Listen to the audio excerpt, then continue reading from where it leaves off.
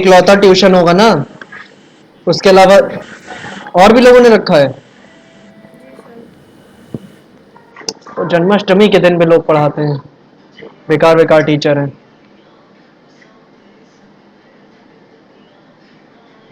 तुम पढ़ाने के बाद दूसरा कोई भी पढ़ा सकता है। देखो जर्नल चल रहा था, जर्नल में एक कॉन्सेप्ट हमारा बस बचा है मैम, ठीक है? उसके अलावा सिर्फ आपकी प्रैक्टिस बची है। कॉन्सेप्ट के वाइज केवल एक कॉन्सेप्ट बचा है, वो है ओपनिंग एंट्री का। तो उसको कवर कर लेते हैं। ओपनिंग एंट्री का क्या मतलब होता है? तो मैम बताओ, हमारा एक साल, कोई भी फाइनेंशियल ईयर शुरू कब होता है? आप कहेंगी 1 अप्रैल को, है ना? आप कहेंगी कि 1 अप्रैल को हमारा फाइनेंशियल ईयर शुरू होता है। तो जैसे कि मान लो 1 अप्रैल 2020 को एक फाइनेंशियल ईयर शुरू हुआ और 31 मार्च 2021 को वो फाइनेंशियल ईयर खत्म होगा। ठीक है, ये साल की स्टार्टिंग डेट है।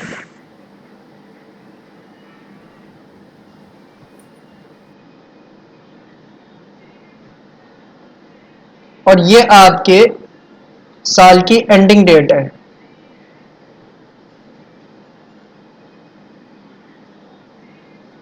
ठीक है, ये हमारा क्या होता है? ये हम कहते हैं इसको फाइनेंशियल ईयर।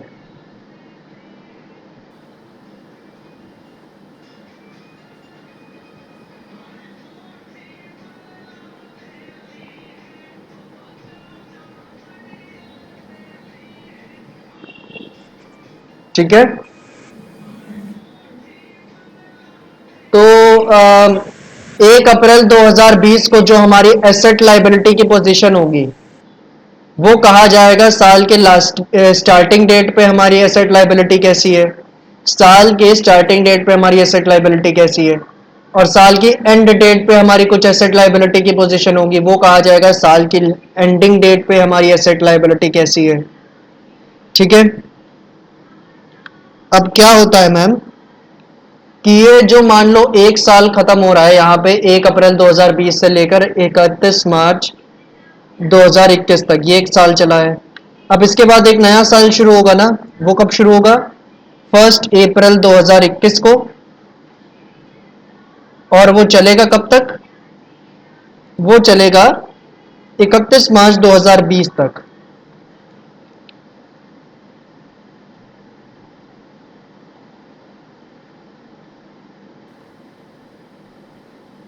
अब ये बताओ कि 31 मार्च को यहाँ 31 मार्च 2021 को मेरे एसेट लाइबिलिटी की जो पोजीशन है, क्या 1 अप्रैल 2021 को मेरे एसेट लाइबिलिटी की पोजीशन में कोई चेंज आ जाएगा? मुझे लगता है मुझे नहीं पता। 31 मार्च और 1 अप्रैल में कितना अंतर है, कितने दिन का? एक दिन का। उस एक दिन में क्या एसेट और लाइबिलिटी में कोई फर्क आ जाएगा? अगर मेरे पास 70,000 रुपए के एसेट है और मेरे पास 50,000 रुपए की लाइबिलिटी है, तो क्या ये 70 से 80 हो जाएगा, या 70 से 60 हो जाएगा, या ये 50 से 60 हो जाएगा, या 50 से 40 हो जाएगा? इसमें कोई चेंज आएगा कि नहीं आएगा इस एक दिन के दौरान? नहीं। और मैं आपको बता दूं कि 31 मार्च की जो पोजीशन में बता रहा हूं, ये रात को 12 मिडनाइट की बता रहा हूं, क्योंकि 12 मिडनाइट की ये पोजीशन होती है 31 मार्च वाली। और ये 1 अप्रैल वाली पोजीशन सुबह जैसे ही बिजनेस खुलता है 8 बजे, उस समय की पोजीशन होती है। ठीक है, तो जाहिर सी बात है रातों रात कोई चेंज तो आ नहीं जाएगा जब तक चोरी ना हो, और हम इतनी बड़ी चीज को अज्यूम नहीं कर सकते कि कोई बहुत चोरी हो जाएगी। ठीक है, क्योंकि रात में कौन ही जाता है फैक्ट्री सिवाय चोरों के। ठीक है, तो एक बात आप समझ रही है ना? अरे क्या मैम, बहुत तेज आवाज आ रही है कुछ, यहाँ पे कोई आवाज ही नहीं है। पता नहीं, कुछ एको कर रहा होगा फिर। तो मैं कह रहा था कि, हो भी नहीं रहा है। हाँ मैं कह रहा था कि ये सुनिए, मैं ये कह रहा था कि 31 मार्च 2021 को जो हमारे एसेट लाइबिलिटी की पोजीशन है, वही पोजीशन क्या होगी 1 अप्रैल को 2021 को भी एसेट लाइबिलिटी हमारे एकदम सेम वैल्यू के होंगे। तो इस सिचुएशन पे एक जरूरत पड़ती है ना कि 31 मम्मी 31 मार्च 2021 को हमारे जो एसेट लाइबिलिटी है उसको हमें क्या जरूरत पड़ रही है, फिर 1 अप्रैल को कैरी फॉरवर्ड करने की जरूरत है ना। क्यों? क्योंकि 31 मार्च को एक साल खत्म हो रहा है और 1 अप्रैल से हमारा एक नया साल शुरू हो रहा है। इसीलिए इस दिन पे जो हमारे पास एसेट लाइबिलिटी है उनको 1 तारीख को उतारना जरूरी है ना, क्योंकि साल चेंज हो रहा है इस वजह से। ठीक है, 31 मार्च 2021 को हमारे पास जो एसेट लाइबिलिटी की पोजीशन है उसको 1 अप्रैल को कैरी फॉरवर्ड करना जरूरी है। क्यों? क्योंकि साल चेंज हो रहा है, इस वजह से आप एक नए फाइनेंशियल ईयर में एंटर कर रही हैं इस वजह से। हालांकि एसेट और लाइबिलिटी की वैल्यू में फर्क कोई नहीं आएगा। क्यों? क्योंकि महज 8 घंटे के अंदर क्या फर्क आ जाएगा, और वो भी वो 8 घंटे जिस समय आपकी फैक्ट्री बिजनेस वगैरह बंद रहेगा। ठीक है, तो आखिर ये कैरी फॉरवर्ड किस तरह किया जाता है? इस कैरी फॉरवर्ड को करने को ही हम कहते हैं ओपनिंग एंट्री पास करना।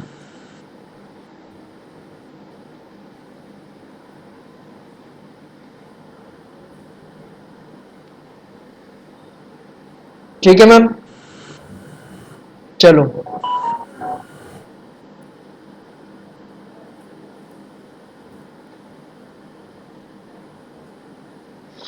हाँ, तो ये ओपनिंग एंट्री पास कैसे की जाती है? आप 31 मार्च को जो एसेट और लाइबिलिटी है उनको 1 अप्रैल को उतार रही है ना, तो एसेट को क्या कर लीजिए, जितने भी एसेट्स हैं उनको डेबिट कर लीजिए। ठीक है, और जितनी भी लाइबिलिटीज है उनको क्रेडिट कर दीजिए।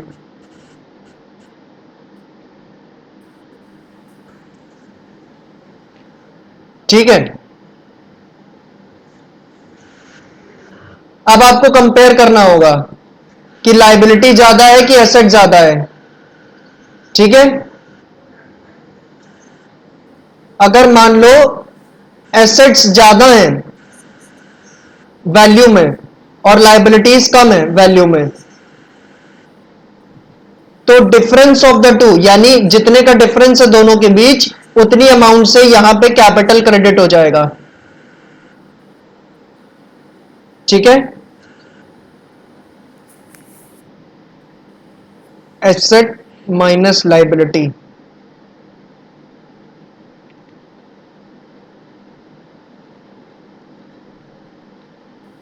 नहीं समझ आ रहा। मैंने कहा 31 मार्च को आपके पास जितनी एसेट्स हैं उनको 1 अप्रैल को उतारना है, जितनी लाइबिलिटी है उनको 1 अप्रैल को उतारना है। तो एसेट को क्या कर लो, जितनी भी एसेट है सारी एसेट डेबिट कर लो, और जितनी भी लाइबिलिटी है उनको सबको क्रेडिट कर दो। जितनी भी लाइबिलिटीज है सबको लाइन से क्रेडिट कर दो, और जितनी भी एसेट्स है उनको लाइन से डेबिट कर दो। उसके बाद कंपेयर करो, एसेट्स की जो अमाउंट डेबिट की है ना, कितनी अमाउंट है। अगर मान लो वो 1,00,000 रुपए है, एसेट्स जितनी अमाउंट आपने यहां पे डेबिट कर रखी होंगी उनको टोटल करो, और मान लो आ रहा है 1,00,000 रुपए, तो आपने एसेट्स कितने रुपए डेबिट किए हैं, 1,00,000 रुपए। लाइबिलिटीज का टोटल करो, जितनी लाइबिलिटीज क्रेडिट की है, तो उनको टोटल करने पे मान लो आ रहा है टोटल आपने 80,000 रुपए की लाइबिलिटीज क्रेडिट की हैं। ठीक है, तो यहां पे क्या है, एसेट्स की अमाउंट ज्यादा है, लाइबिलिटीज की अमाउंट कम है ना, तो डिफरेंस ऑफ द टू, कितना डिफरेंस है दोनों के बीच, 20,000 रुपए का। तो 20,000 रुपए से आपका क्या हो जाएगा, कैपिटल अकाउंट यहां क्रेडिट हो जाएगा। ठीक है, हाँ, कोई एसेट या लायबिलिटी नहीं है, एक्सपेंस है लॉस है तो। नहीं वो कैरी फॉरवर्ड नहीं होगा, वो मैंने आपको पहले ही बताया था, एक्सपेंस लॉस इनकम गेन साल की लास्ट डेट पे यानी 31 मार्च को प्रॉफिट एंड लॉस अकाउंट में ट्रांसफर किए जाते हैं। ठीक है, कैपिटल के लिए कहा, कैपिटल ही करना है। हाँ डिफरेंस कैपिटल अकाउंट में ट्रांसफर होगा। ठीक है, इतना समझ में आया। ये माइनस क्या है? माइनस लाइबिलिटीज, जितनी लाइबिलिटीज मैंने वहां क्रेडिट की हैं। उसकी अमाउंट कितनी है? हाँ मतलब आपको जितनी भी एसेट आपने डेबिट की है इस एंट्री में उनका अमाउंट का टोटल करना है, और जितनी भी लाइबिलिटीज आपने क्रेडिट की है उनकी अमाउंट का टोटल करना है, और एसेट्स की जो अमाउंट आ रही है उसमें से लाइबिलिटी की अमाउंट माइनस करनी है। ठीक है, और फिर क्या करना है, कैपिटल को उतनी अमाउंट से क्रेडिट कर देना है। ठीक है, और है हाँ हाँ होने बिल्कुल। ठीक है, चलो। लेकिन अब दूसरी सिचुएशन कि मान लो आपने एसेट डेबिट किया, जितने भी एसेट आप उतार रही हैं, ठीक है, फिर आपने लाइबिलिटीज क्रेडिट की,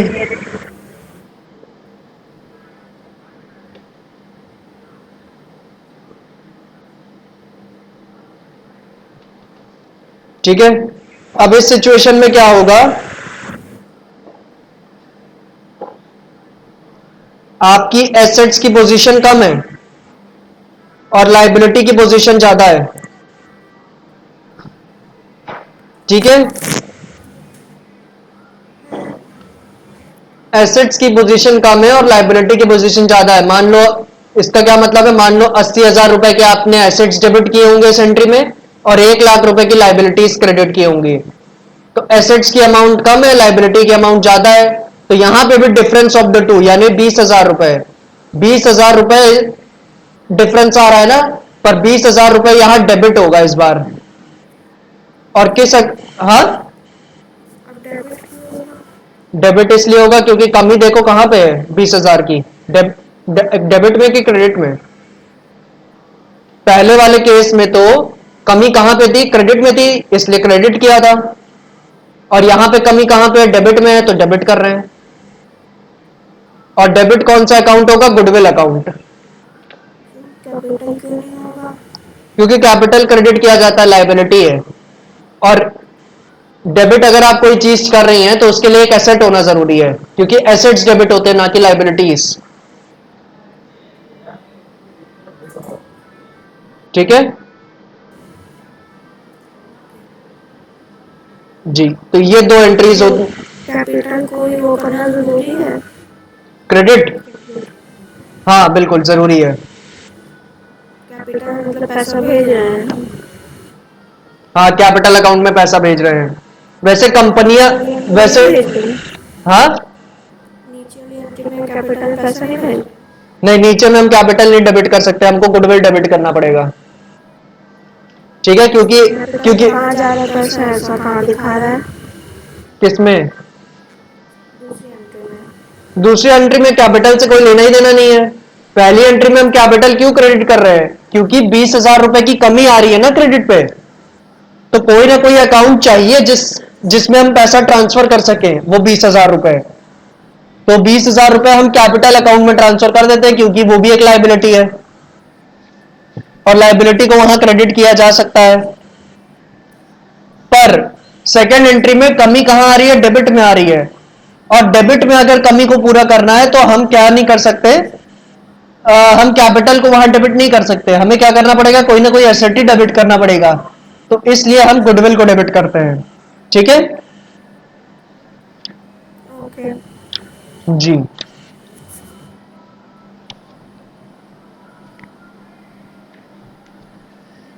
चलो,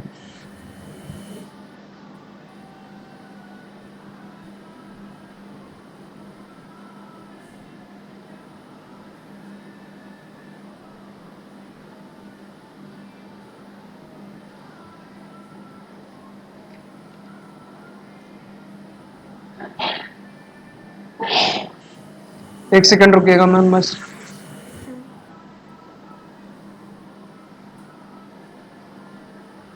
हाँ, तो मैम आपका कॉन्सेप्ट तो हो गया, अब जरा एक क्वेश्चन कर लेते हैं इसके ऊपर, ठीक है। तो आपकी ये फोटो भेजी थी ना मैंने, ये वाली उस दिन भेजी थी आपको, उस फोटो में एक 11th नंबर क्वेश्चन है ओपनिंग एंट्री का, इसको सॉल्व कर लेते हैं।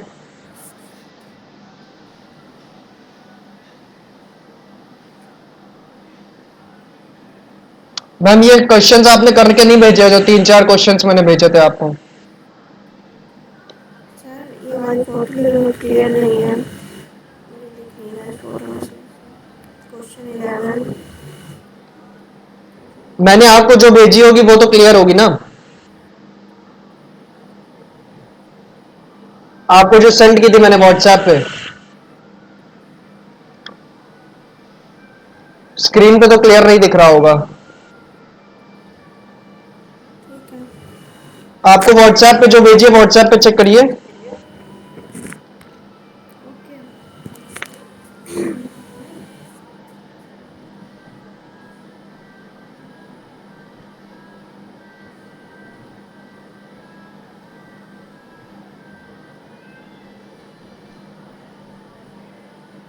मिला? चलो अभी देख रहे हैं। अच्छा देख आप लीजिए। लगाइए सर, तब तक शुरू करिए। चलो तो ओपनिंग एंट्री का ये सवाल करते हैं 11वां नंबर। ठीक है। Following balances existed in the books of MS Anand stores as on 1 April 2020। तो कह रहा है क्वेश्चन कि ये बैलेंसेस हैं हमारे एसेट और लाइबिलिटी के। ठीक है। किसके? MS Anand stores. MS Anand stores कोई दुकान होगी उसके। कब के? 1 अप्रैल 2020 के। ठीक है। ओके। तो एसेट की पोजीशन कुछ ऐसी है, लाइबिलिटी की पोजीशन कुछ ऐसी है। क्वेश्चन कह रहा है pass necessary journal entry to record the above balances. तो ये ओपनिंग एंट्री का है क्योंकि साल की ओपनिंग डेट 1 अप्रैल 2020 को हमें एसेट लाइबिलिटी की पोजीशन दे रहा है। ठीक है। साल की ओपनिंग डेट यानी 1 अप्रैल 2020 को हमको जो एसेट लाइबिलिटी की पोजीशन दे रहा है वो पिछले साल की ही एसेट लाइबिलिटी होगी ना, पिछले साल के लास्ट डेट की 31 मार्च की। और उस एसेट लाइबिलिटी को हमें अपने इस साल में, नए साल में उतारना है। तो इसलिए उसने एसेट्स के बहुत सारे बैलेंस दे रखे हैं, लाइबिलिटी के बहुत सारे बैलेंस दे रखे हैं। तो जितने एसेट्स के बैलेंस दिए सबको डेबिट कर लो। ठीक है। एसेट्स के जो जो बैलेंस है सारे एसेट्स को डेबिट कर लो। तो कैश दिया है 60,000 रुपए, तो लिख लो कैश अकाउंट डेबिट 60,000 रुपए।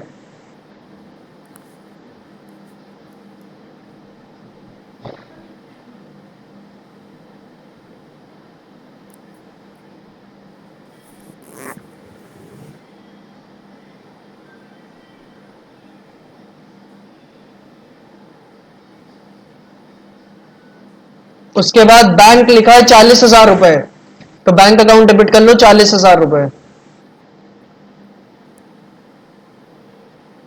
बैंक एसेट है ना? हाँ बैंक एसेट है ना?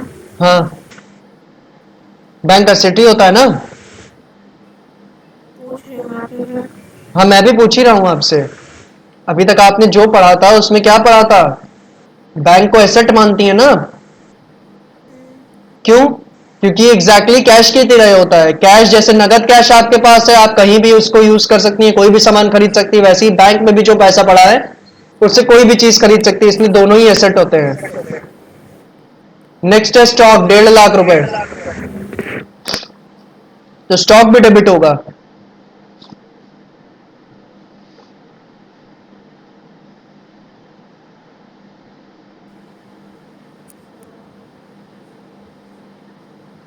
Furniture 43,000 rupees.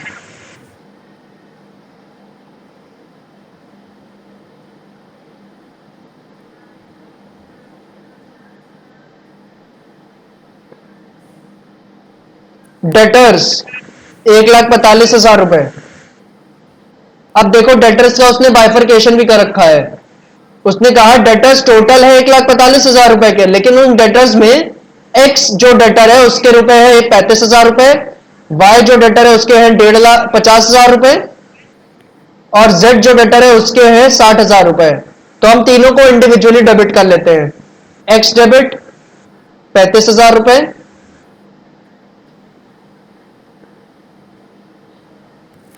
वाई 50 और जेड 60। वाई डेबिट 50,000 रुपए और जेड डेबिट 60,000 रुपए।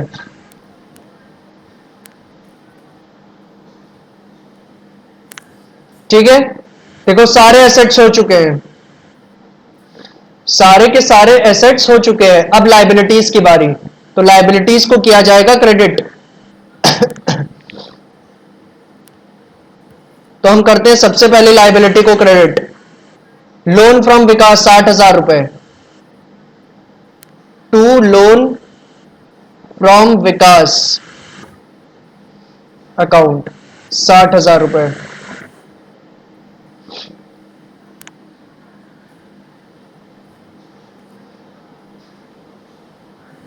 नेक्स्ट, क्रेडिटर्स है 52,500 रुपए, ठीक है।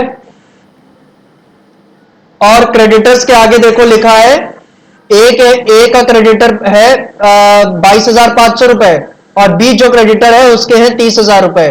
तो ऑप्शन एक है कि हम क्रेडिटर्स को ही क्रेडिट कर दें, टू क्रेडिटर्स अकाउंट 52,500 करके, या फिर इन दोनों को अलग अलग करके क्रेडिट करें। मुझे अलग अलग करके क्रेडिट करना ज्यादा पसंद है, ठीक है, क्योंकि इससे बाइफरकेशन सही रहता है। तो ए के कितने हैं 22,500, तो 2A 22,500,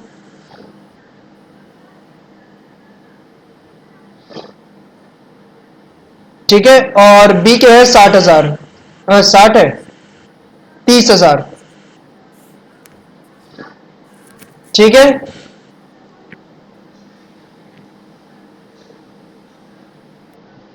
अब उसके बाद, इसके बाद जब आपने देखो, अब क्वेश्चन में अगर आप देखेंगी तो आपने सारे एसेट्स को डेबिट कर लिया है, जितने भी यहां दिए हो सारी लायबिलिटीज को क्रेडिट कर दिया है। तो अब आपको क्या करना है, बैलेंस ढूंढना है, कहां बच रहा है, डेबिट में कि क्रेडिट में। तो सारे के सारे डेबिट जो किए हैं यहां पे, यहां से लेकर यहां तक, इनको टोटल करो कि आखिर ये कितना आ रहा है, ठीक है। तो टोटल करो ठीक है, चलो 60,000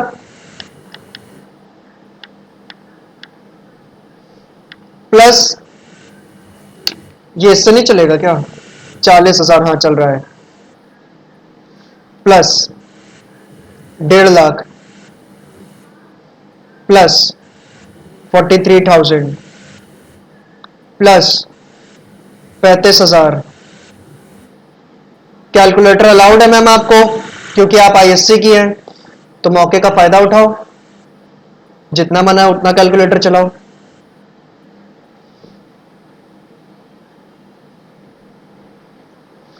$4,38,000।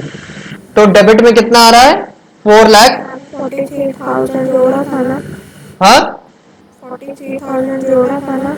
हाँ जोड़ा था, रुको देखते हैं, हाँ ये जोड़ा तो है 43, ठीक है। अब बचा क्या, अब ये क्रेडिट वाले आइटम्स कितने रुपए के हैं, तो ये तो ऐसे ही हो जाएगा, 60,000 प्लस 22,500 होगा 82,500, और 30,000 होगा 1,12,500, 112,500,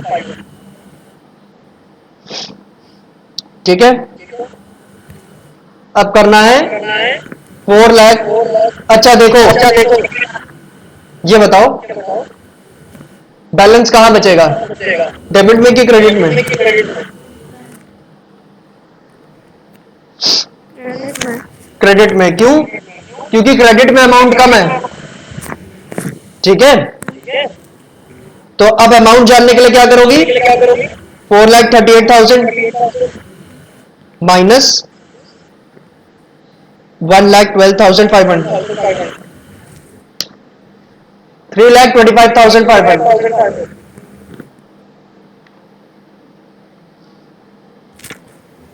3 लाख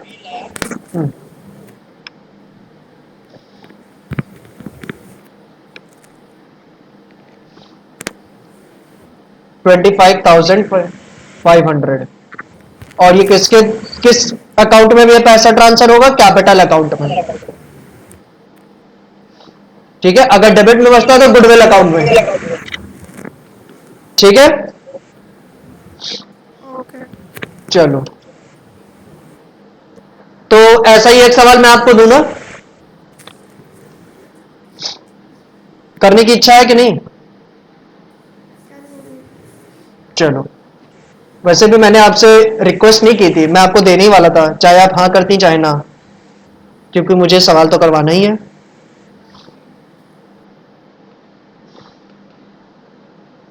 काफी सारी सिचुएशंस में हम आपसे रिक्वेस्ट नहीं करते। कौन से नंबर पे भेजूं, ये 6394 पे कि आपके वाले नंबर पे,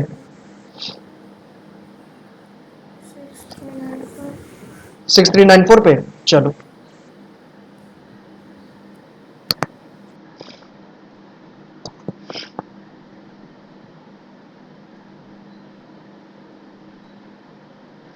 मैम अब पिक्चर क्वालिटी बहुत गजब की आएगी, क्योंकि एक 64 मेगापिक्सल का कैमरा था, जो कैमरे वाला फ़ोन जो था मेरा, जो चोरी हो गया था, अब मिल गया है फाइनली।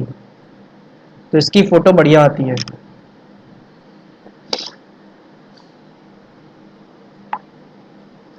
और एक सेकेंड, डिलीट कर दिया क्योंकि इसमें आंसर भी साथ में आ गया था ना।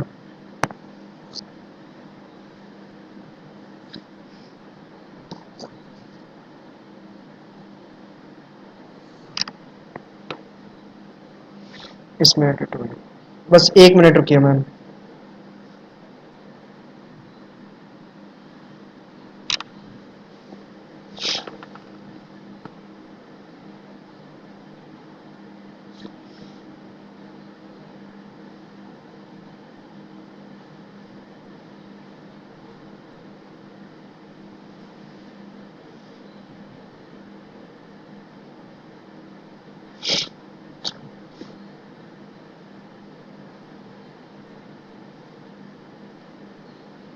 लीजिए मैम।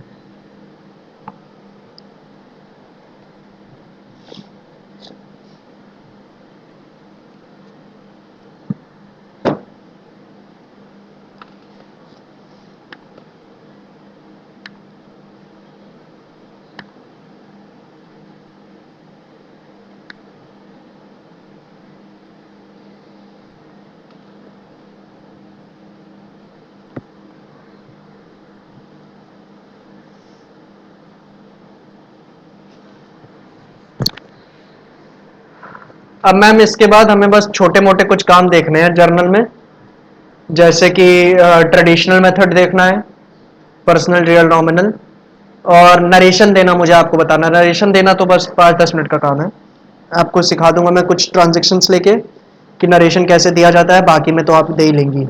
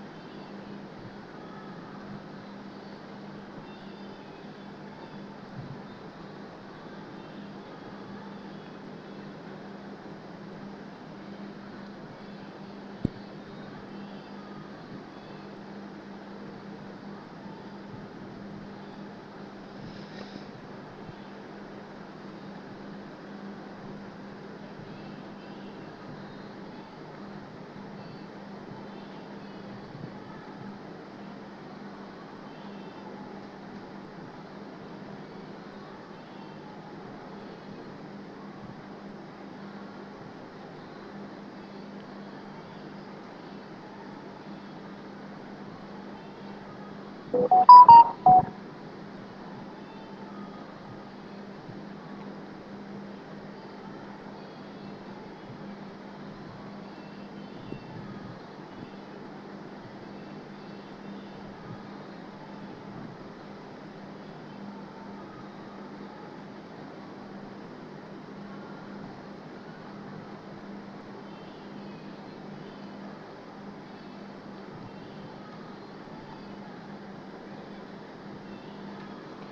मैम, भेज दिया आपने, देख लें।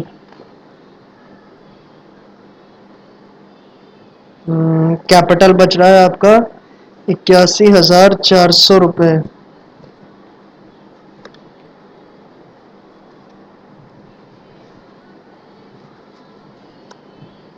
मैम गलत आ रहा है।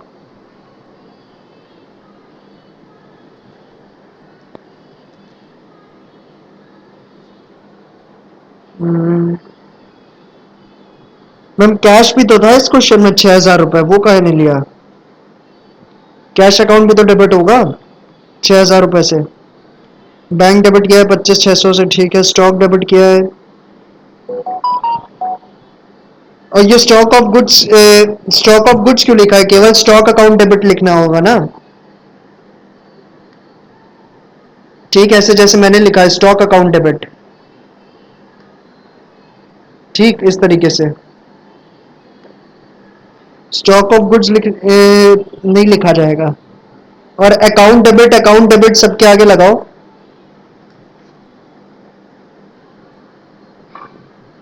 मशीनरी 45 है, ये ठीक है। फर्नीचर डेबिट, ये ठीक है। अब्दुल और नीरज, ठीक है।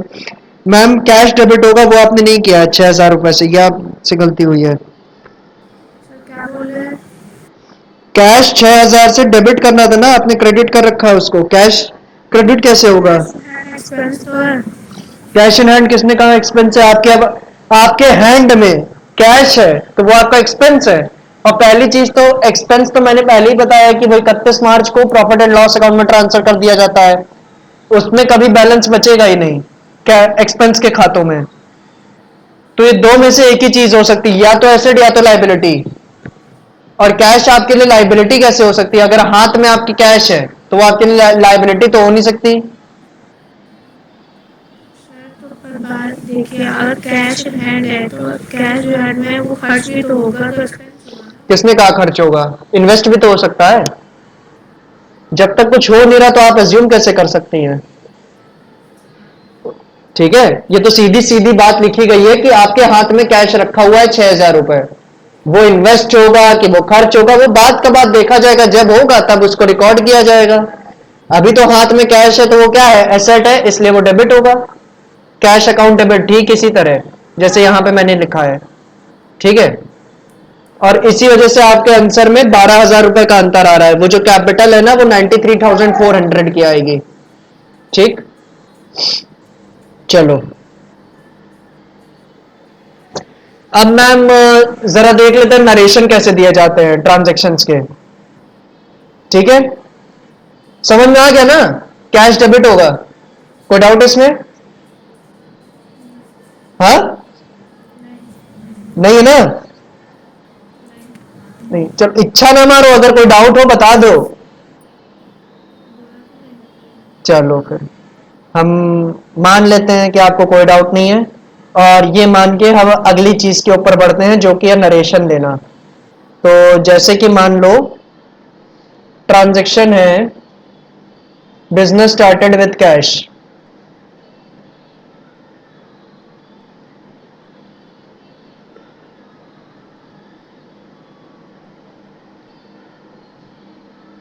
तो इसकी एंट्री क्या करती हैं आप? Cash account debit to capital account.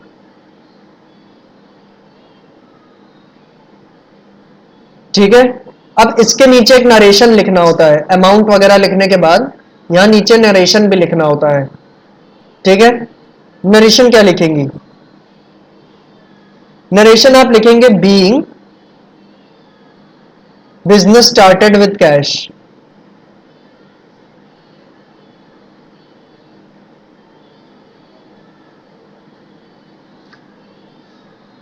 ठीक, मान लो ट्रांजैक्शन है, purchased goods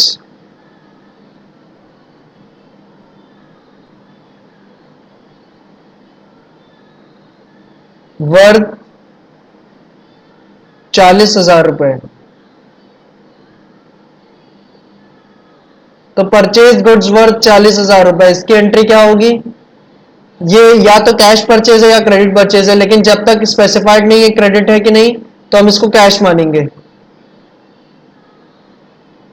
तो purchase account debit to cash account 40,000 रुपए से एंट्री होगी।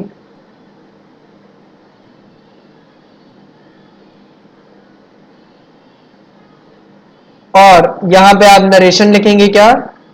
Being goods purchased on cash. ठीक है, यानी आपके ट्रांजैक्शन का जो सार होता है, जो क्रक्स होता है, उसी को आप एक दो लाइन में लिख दे तो उसको हम नरेशन कहते हैं। ठीक है, ट्रांजैक्शन के क्रक्स को एक या दो लाइन में लिखना, इसको नरेशन कहा जाता है।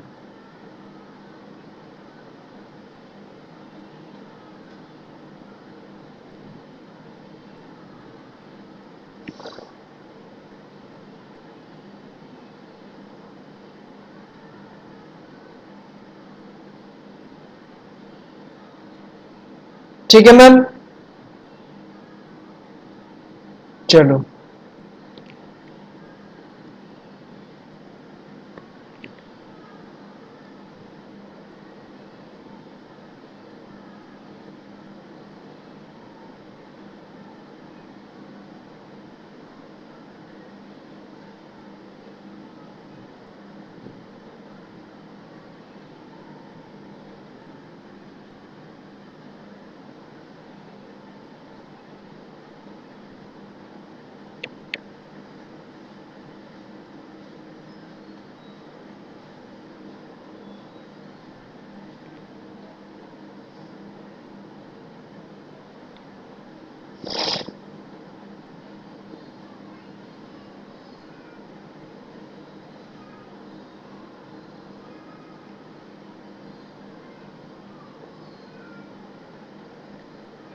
आ,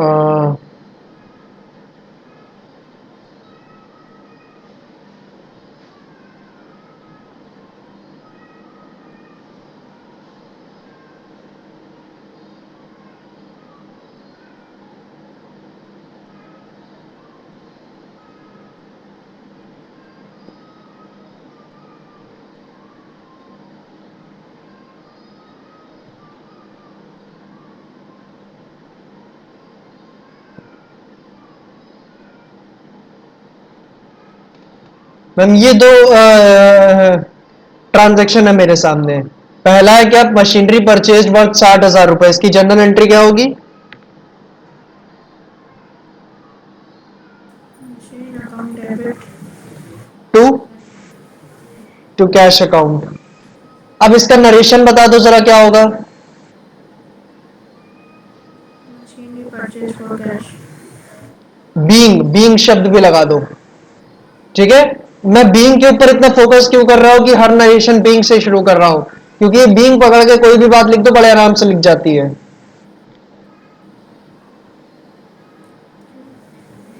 ऐसे ही जरूरी है क्या? जरूरी नहीं है, सजेशन है, रिकमेंडेशन है, कंपल्शन नहीं है आपके लिए।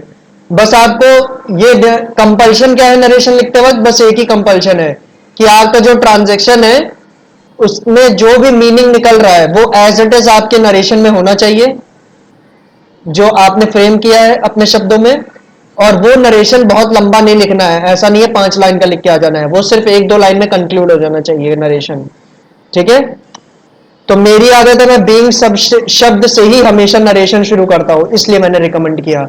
मैंने लिखा being machinery purchased for cash.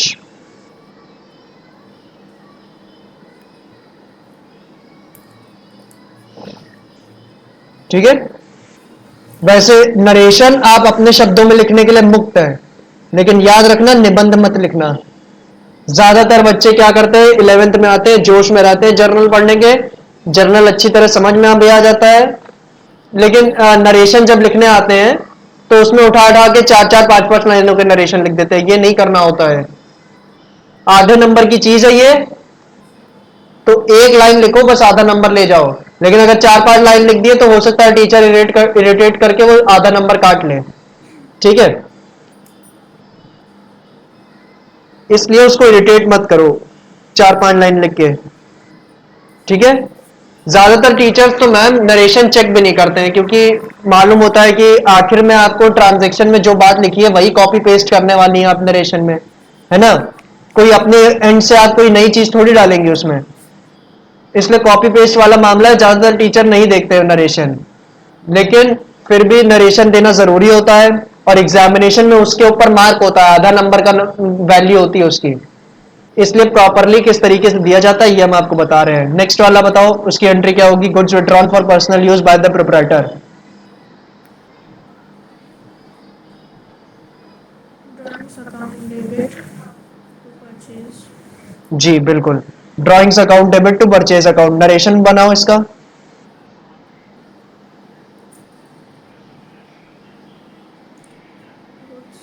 Goods withdrawn for personal use जो लिखा है goods withdrawn for personal use, ठीक है, बाय द प्रोप्राइटर मत लगाना, वरना लंबा हो जाएगा, अननेसेसरी बात लगेगी।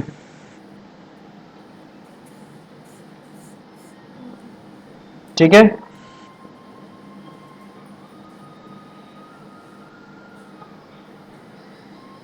तो आप समझ गए ना नरेशन कैसे दिया जाता है। चलो समझ गए कि नहीं।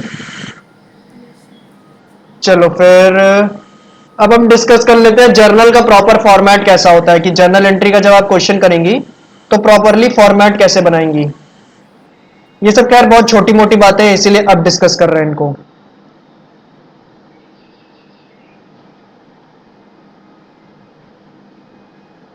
सबसे पहले ये वाला एक कॉलम होता है पतला सा, ये बनता है सीरियल नंबर या फिर डेट के लिए। ठीक है, इसमें आप सीरियल नंबर लिखेंगे या अपनी डेट लिखेंगे इस साइड।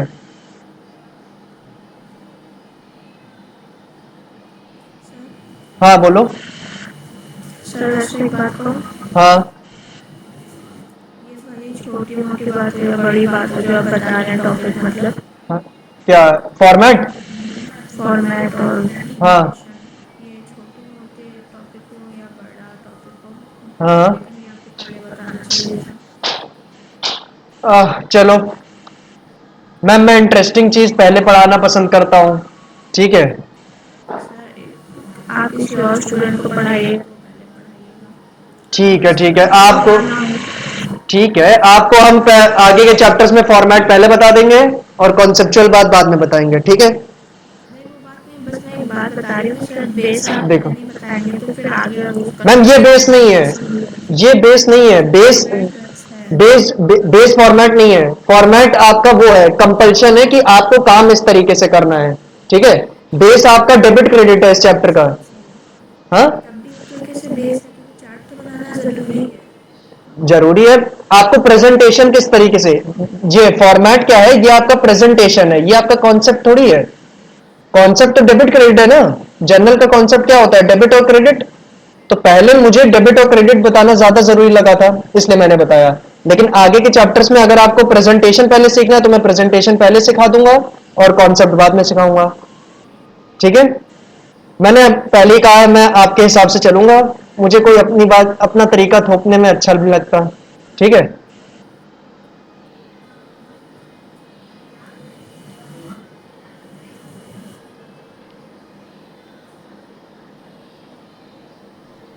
चलो ये पर्टिकुलर्स का कॉलम है। मैम जो चीजें आप कर नहीं रही थी, cash account debit to capital account, ये सारी चीजें आप इसमें लिखेंगी।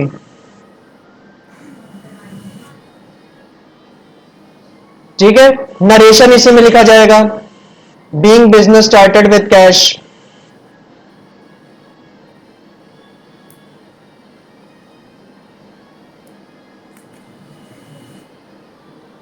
ठीक। अब मैं प्रेजेंटेशन को फालतू क्यों मानता हूं, क्योंकि इसमें एक आध चीजें एकदम फालतू की लिखी जाती हैं, जैसे कि ये एलएफ का कॉलम नहीं है, एलएफ का ये जो कॉलम है लेजर फोलियो इसको कहते हैं, ये मैम बिल्कुल फालतू है, इसमें कुछ नहीं लिखा जाएगा, लेकिन फिर भी आपको ये बनाना है, एकदम पतला सा ऐसे बनाना पड़ेगा आपको, ठीक है। इसका कोई यूज नहीं है, इसमें कुछ नहीं लिखा जाएगा, लेकिन फिर भी बनाना पड़ेगा। उसके बाद डेबिट रुपीस का कॉलम, यानी इसमें जो भी डेबिट की अमाउंट्स होंगी वो इसमें लिखी जाएंगी, और क्रेडिट रुपीस, क्रेडिट की जो भी अमाउंट होंगी वो इसमें लिखी जाएंगी, ठीक। ये है आपका पूरा फॉर्मेट। तो जैसे कि मान लो आपने एंट्री की cash account debit to capital account, ठीक है, मैं इसमें डालता हूं सीरियल नंबर के हिसाब से फर्स्ट नंबर, तो मान लो ये एंट्री है 40,000 रुपए से, ठीक। तो 40,000 रुपए आप यहां लिखेंगे डेबिट में, और 40,000 यहां क्रेडिट में भी लिखेंगे, क्योंकि कैश डेबिट हो रहा है 40,000 से और कैपिटल क्रेडिट हो रहा है 40,000 से, और उसके बाद यहां से लाइन खींचेंगे इस तरीके से, ठीक है। क्लियर है? याद रखिएगा सीरियल नंबर वाले कॉलम में लाइन ना खींच दीजिएगा, ठीक है। इसमें आप सवाल एंड करने के बाद ही लाइन खींचेंगे। फिर आप मान लीजिए सेकंड ट्रांजैक्शन रिकॉर्ड करेंगी तो सीरियल नंबर में डालेंगे नंबर 2, या फिर अगर डेट मेंशन्ड है क्वेश्चन में तो डेट डाल देंगी, और आप एंट्री करेंगी जैसे कि मान लो होगी purchase account debit to cash account.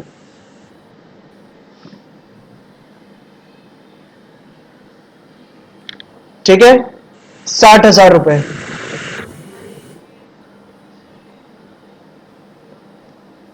और नरेशन भी यहां पर्टिकुलर्स में लिखा जाएगा, being goods purchased on cash.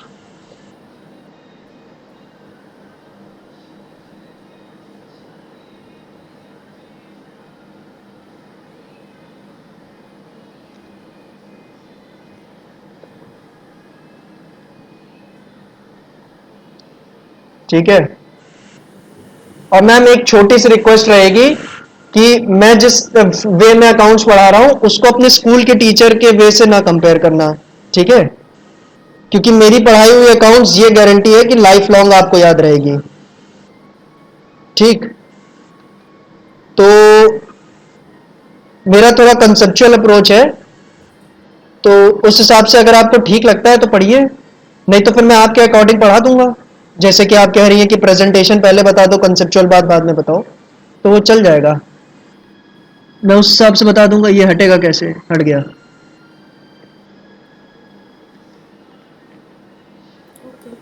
ठीक है। मैं इकोनॉमिक्स में एक आधी बात भले ही भूल जाता हूं, लेकिन अकाउंट्स में मैं एक कॉन्सेप्ट नहीं भूल सकता, इसकी गारंटी दे सकता हूं। इसीलिए ये रीजन था कि ये चीज सबसे लास्ट में बतानी चाहिए, इसीलिए सबसे लास्ट में बता रहे हैं प्रेजेंटेशन वाला पार्ट।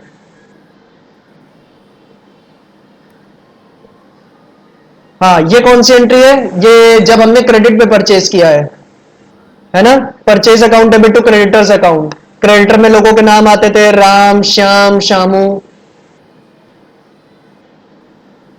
मोहन, सोहन, ये सब करके आते थे ना। तो ये मान लो हो रही है 20,000 रुपए से एंट्री, तो 20,000 यहां डेबिट में हम लिखेंगे परचेज अकाउंट डेबिट के लिए, और क्रेडिटर्स अकाउंट को क्रेडिट करेंगे 20,000 रुपए से।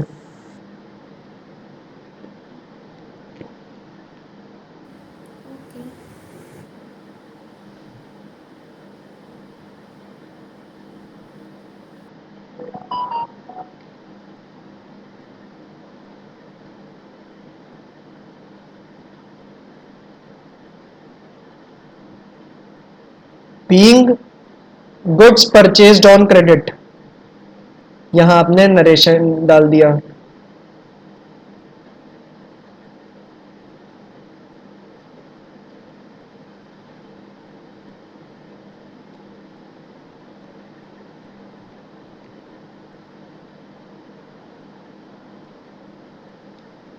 ठीक है, मान लो मशीनरी परचेज कर रही हैं आप, machinery account debit to cash account. अच्छा, अब से मैम आपके लिए काम भी है कि आपकी बुक में जो एक्सरसाइज दी हुई है डीके गोयल में, उसको लगा डालिए, ठीक है। जर्नल की जो एक्सरसाइज दी हुई है 20 से 25 क्वेश्चन होंगे उसमें, 25 के आप तो 30 हो गए होंगे विद सर्टेन एडिशंस। तो 25 to 30 क्वेश्चंस आपकी एक्सरसाइज में होंगे। ठीक, कुछ एडिशनल क्वेश्चंस भी होंगे, एडिशनल न्यूमेरिकल्स, उनको मत लगाना, वो 11th में करने की आवश्यकता नहीं है। वैसे इच्छा हो लगा लेना, लेकिन कंपलसरी नहीं है वो। लेकिन ये बुक के 25-30 न्यूमेरिकल एक्सक्लूडिंग एडिशनल, वो तो लगा ही लो। ठीक है, सर मैं आपको भेज दूँगी फ़ोटो, जो आपको अच्छा लगे वो क्वेश्चन आप डेली बेसिस पे देते रहिए। डेली पे पूरा मार्क पूरा लगा लो, पूरी एक्सरसाइज। पूरा मैं लगा लूँ तो मुझे पता नहीं है कब तक चलेगा। ऐसे आप हर रोज़ देंगे तो मैं कर लूँगी। चलो ठीक है, तो एक्सरसाइज की फोटो भेज देना। ठीक है। वो वाली ना जिसमें इलस्ट्रेशन लिखा रहता है। इलस्ट्रेशन नहीं, एक्सरसाइज, मेन एक्सरसाइज। अच्छा, प्रैक्टिकल क्वेश्चंस। हाँ, डीके गोयल है ना। जी सर। हाँ, तो मेन एक्सरसाइज पीछे जो दी रहती है। अब हाँ, machinery account debit to cash account जैसे आपने लिखा, ठीक है, 80,000 रुपए से। ठीक है, तो 80,000 रुपए से यहाँ मैंने मशीनरी को डेबिट किया है तो डेबिट अमाउंट में लिखा, और कैश अकाउंट को 80,000 रुपए से क्रेडिट किया है तो यहाँ क्रेडिट अमाउंट में लिखा। ठीक है, और फिर लिखा यहाँ नरेशन में, being machinery purchased for cash.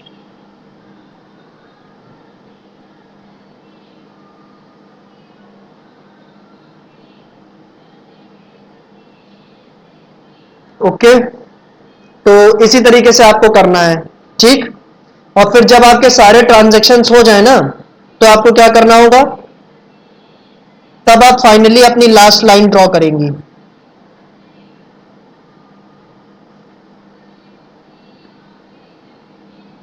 ठीक है, लास्ट लाइन कैसे, इस तरीके से। इस बार आप सीरियल नंबर वाली लाइन से होते हुए लाइन को लेके आएंगी, जो सीरियल नंबर वाला कॉलम है वहां से लाइन को लेते हुए आएंगी और यहां पूरी ऐसे लाइन ड्रॉ करेंगी। ठीक है, ओके। ओके। और ये आपकी फाइनल लाइन होगी। इसके बाद आपका जर्नल खत्म हो जाएगा। तो अरे,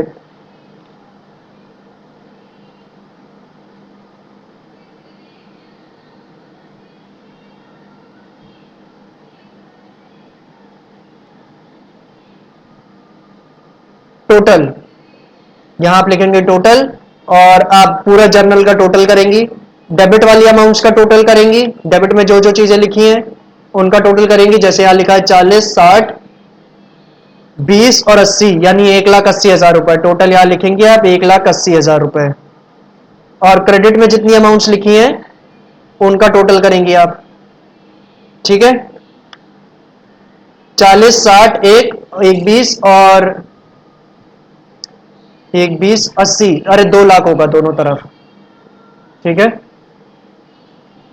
अच्छा, आप जो घर पे क्वेश्चन करेंगे डीके गोयल से, तो शुरुआत में ऐसा करना 5 से 6 क्वेश्चन फॉर्मेट के साथ करना, ताकि फॉर्मेट की आदत लग जाए। ठीक है, और उसके बाद अपनी मर्जी से जैसे करना हो वैसे करना। फॉर्मेट बनाना हो तो बनाना, ना बनाना हो ना बनाना। ठीक है, ओके। ठीक है, क्योंकि क्वांटिटी करना पहले ज्यादा जरूरी है ना, क्वांटिटी कवर करना। तो जितने ज्यादा क्वेश्चन हो जाए उतना ज्यादा अच्छा है। और याद रखिए, जितनी ज्यादा आप प्रैक्टिस जर्नल की करेंगी, जितने ज्यादा क्वेश्चंस आप जर्नल के लगा लेंगी, उतना ज्यादा आराम आपको फाइनल अकाउंट्स में होगा। ठीक है, ओके। आगे आने वाले चैप्टर आपके लिए उतना ही इजी रहेंगे जितना इजी आप अपने लिए जर्नल को बनाएंगी, यानी जितना आपके टिप्स में जर्नल रहेगा। तो मेरी एंड से जर्नल लगभग खत्म हो गया, मुझे बस एक ट्रेडिशनल मेथड आपको बताना है, वो पर्सनल रियल नॉमिनल वाला, सिर्फ वो चीज बतानी है।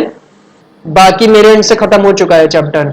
ठीक है, अब आपको इस चैप्टर की अच्छे से प्रैक्टिस करनी है, जितने एक्सटेंड तक आप कर सकती हैं। ठीक है, आपने कहा है कि मैं आपको क्वेश्चंस बता दूंगा गिन के, तो वो मैं बता दूंगा, लेकिन अगर हो सके तो पूरी की पूरी एक्सरसाइज लगा डालो जर्नल की, क्योंकि जितनी अच्छी प्रैक्टिस इसकी होगी, ledger, trial balance, cash book, subsidiary books, final account सब आसान लगने लगेगा। ओके। ठीक है, तो फिर ठीक है मैम, आज के लिए इतना ही रखते हैं। अरे मैम, वो आपकी फीस जो बची थी कब पे कर रही हैं आप? आज कर लूँगी। ओके ओके, श्योर, चलिए। सर, हाँ, कुछ पूछना है? कल कल मेरी टाइमिंग 3 बजे की है, रखिएगा। ओके। 4 से 5 ना? कल क्या है, क्या तारीख है? कल 31 है ना? हाँ, 31 है। ट्यूसडे का दिन है? वेडनेसडे सुना रखिएगा 3 बजे टाइमिंग। ओके। अच्छा अच्छा, कल कल लेकिन 3 बजे पढ़ना है। हाँ, कल इसी टाइम पे पढ़ लूँगी। और वेडनेसडे से क्या रखना है? 3:30 रखते हैं मेरे ख्याल से। कल भी तीन। 3:30 बजे करके रखते हैं। ओके। ओके, अगर 3:30 पे दिक्कत होगी क्योंकि 3 बजे आप स्कूल से आएंगी, तो 3:30 तक पढ़ पाएंगी आधे घंटे में? देखते हैं, तभी तो बोल रहे हैं 3:30 के लिए अगर आप मान के चलिए। ठीक है, मैं 3:30 भी ठीक है, मुझे 4 भी चलेगा मुझे। ठीक है, तो 3:30 करके देख लेते हैं पहले। ठीक है। Okay. Okay. Thank you, bye. Ji.